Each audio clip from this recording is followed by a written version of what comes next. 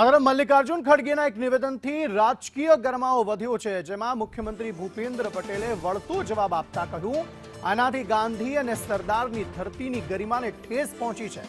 ભાજપના નેતાઓએ ખડગે પર વળતો પ્રહાર કરતા કહ્યું છે કે આવા નિવેદનો કોંગ્રેસની ગુજરાત વિરોધી માનસિકતાને સ્પષ્ટપણે દર્શાવે છે। મંત્રી જગદીશ વિશ્વકર્માએ પણ આ મામલે કોંગ્રેસની ટીકા કરી છે અને ગુજરાતની જનતા આગામી સમયમાં જડબાતોડ જવાબ આપશે તેવો દાવો કર્યો છે। સમગ્ર રાજ્યમાં આ નિવેદન બાદ ઠેર ઠેર વિરોધ પ્રદર્શનો અને રાજકીય નિવેદનબાજીનો દોર શરૂ થયો છે, જે ચૂંટણી પહેલાના માહોલને વધુ ગરમાવી રહ્યો છે।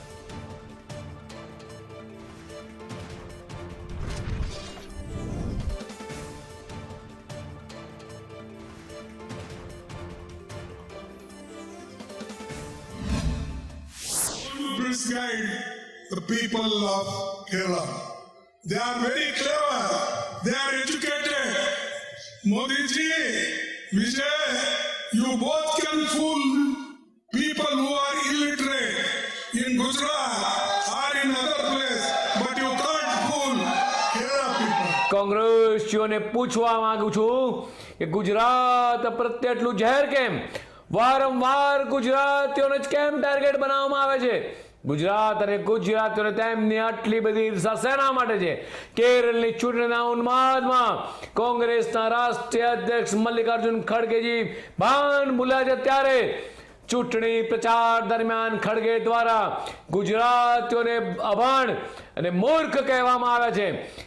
પીએમ નરેન્દ્ર મોદીજી અને કેન્દ્રીય ગૃહમંત્રી અમિત શાહ જેવા ગુજરાતી નેતાઓ સામે સીધી રાજકીય લડત ન આપી શકનારા હવે ગુજરાતીઓનું અપમાન કરી રહ્યા છે। માત્ર ગુજરાત અને દેશ વિદેશમાં રહેતા તમામ ગુજરાતીઓનું વારંવાર અપમાન એ ગુજરાતી ક્યારેય સહન નહીં કરે।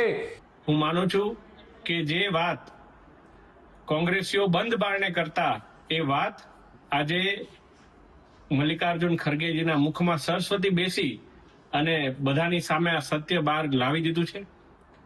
અને આ વાતનો જવાબ આવનારા સમયની અંદર ગુજરાતની જનતા એકજૂટ થઈ અને ગુજરાતની જનતા કેટલી ભણેલી છે એ આવનારા સમયની અંદર તમામ એવા કોંગ્રેસીઓ અને ખાસ કરીને ગુજરાતના એવા કોંગ્રેસીઓ કે જે આ નકલી ગાંધી પરિવારની જે ચાપલુસી કરતા કરતા અસલી ગાંધી સરદારનું અપમાન પણ પોતે કરી જાય છે, એ સૌને ગુજરાત એકજૂટ થઈને આવનારા સમયની અંદર જવાબ આપશે।